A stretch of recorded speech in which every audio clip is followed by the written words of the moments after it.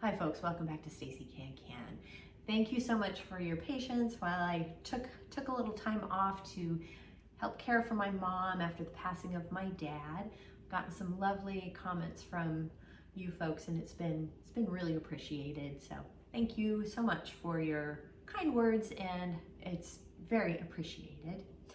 So to kick things back off here, I actually have kind of a loaded project. I'm making tomato and apple chutney. This is kind of a nice little fall thing to do. The tomatoes, at least where I'm at, are still pretty good. So, and you know, fall apples are in.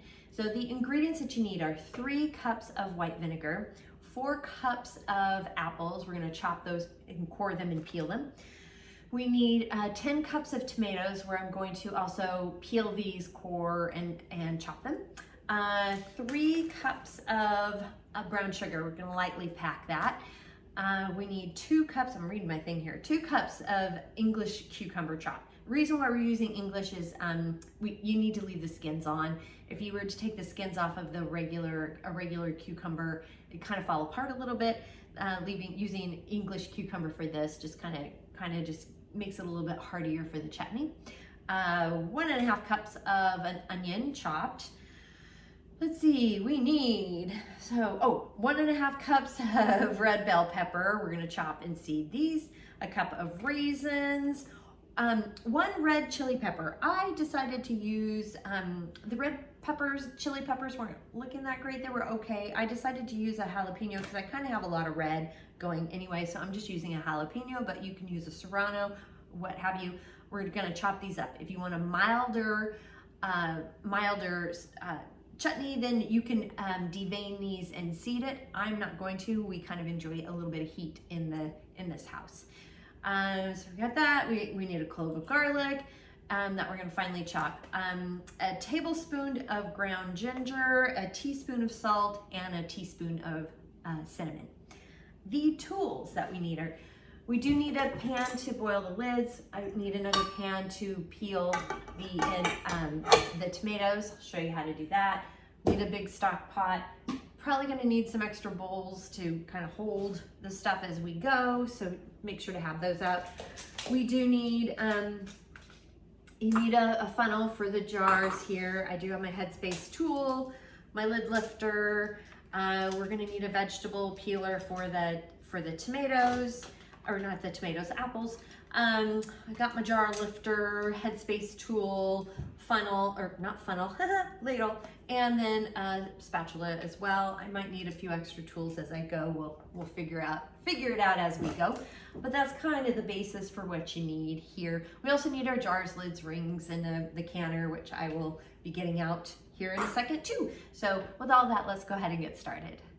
First thing I'm gonna do is get all these veggies chopped up, and then I'll move on to the tomatoes, and last I will do the apples. Got these veggies chopped, and moving on to some of the dries. I'm gonna go ahead and measure out the dry ingredients.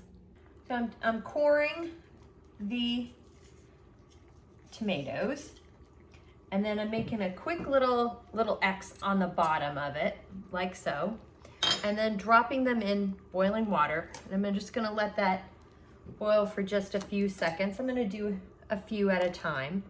And we're gonna do it for like 30 to 60 seconds and just kind of keep an eye. When you see the split in the skin, then you can pull the tomato out and stick it in cold water. The cold water keeps it from continuing to cook, just makes it easier to peel as well. So now I've got actually a nice good slit there.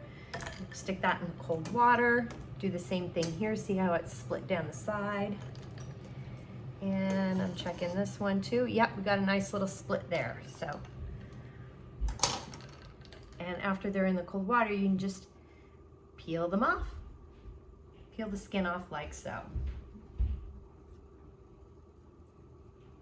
Sometimes it gets a little tough, so I do take my paring knife and I just I find it's easier to give it a quick pull like this, and you can pull the skins right off.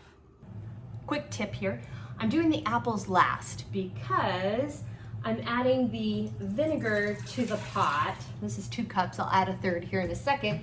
And then we'll go ahead and peel and core these and chop them up and put them in with the vinegar. Purpose for that is they won't go brown. So it's kind of nice to do it that way. And I'm choosing to do it at the end. That way the apples aren't just soaking up all this vinegar while I'm chopping the rest of the vegetables. So I got the apples and the vinegar mixed together, the 4 cups. Now we've got our 10 cups of tomatoes that are cored and seeded and peeled. We've got 3 cups of brown sugar, lightly packed. We've got the 2 cups of English cucumbers that are chopped as well. 1.5 cups of chopped onions. 1.5 cups of red bell pepper. A cup of raisins.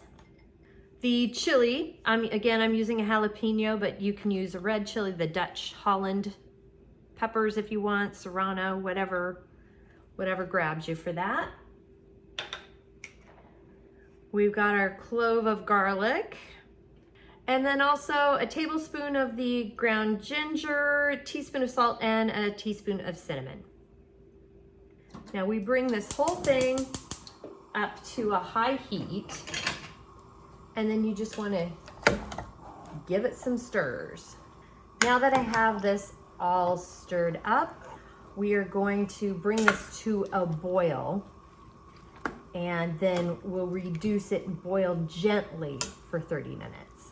All right, we got a good boil going, so I'm going to drop this down to where it's just, we're going to boil gently for about 30 minutes or so until this can mound up on a spoon.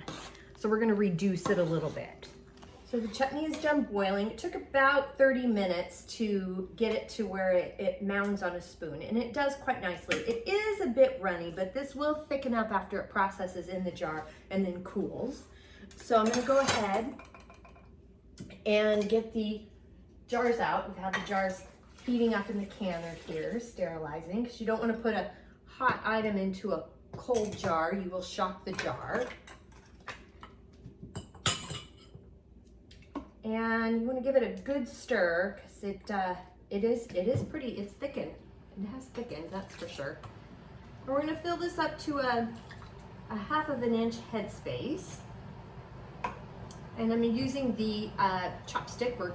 We are bubbling here and kind of going around the center as well. Go ahead and check the headspace. We could just use just a little bit more. There we go. And I've got my paper towel here, and I'm using the lid water to clean the rims. Clean the rim of the chutney here really good. Using my lid lifter to grab the lid and screwing on the band. You want to be careful, this is very hot, and just fingertip tight, like so. And just pick the jar up and over and into the canner. Do not tip or tilt, and repeat. I got all the jars in the canner, and I've turned the heat up to high, so when it comes to a rolling boil, we'll set the timer for 10 minutes. The 10-minute timer has gone off, so we're gonna cut the heat here. And we're also gonna lift the lid very carefully. Make sure you open the lid away from your face.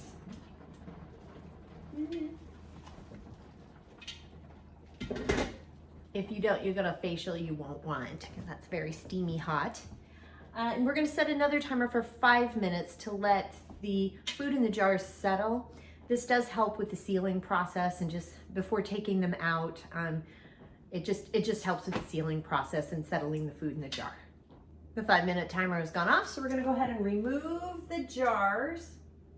And remember, you wanna go up and over onto the flat surface. Do not tip or tilt the jars.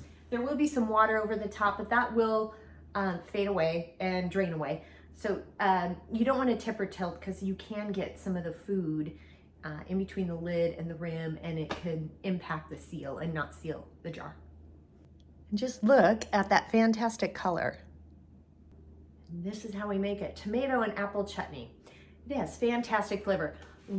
Because I didn't seed the pepper, it's got some really good heat. So if you want to cut that heat a little bit, you can either put in half the amount of the pepper or seed it and devein it first. I personally kind of like the little punchiness to it. It's got great, fantastic flavor. It's going to be really lovely over a fancy cheese. You could put it in a baked brie, you can put it on top of meats, on top of any of your vegetarian dishes too. It's really, really lovely. So I highly recommend giving this one a whirl. But that is how we make it. And the recipe is down below in the show notes. And while you're down there, please hit like and subscribe. That does help. And if you have any questions, comments, suggestions, feedback, concerns, by all means, please reach out to me. I'm on Facebook at Stacey Can. I'm on Instagram at Stacey Can, and TikTok as well at Stacey Can. My website is www.staceycancan.com, and my email is info@staceycancan.com. Thanks so much again for joining me today, and until next time, happy canning.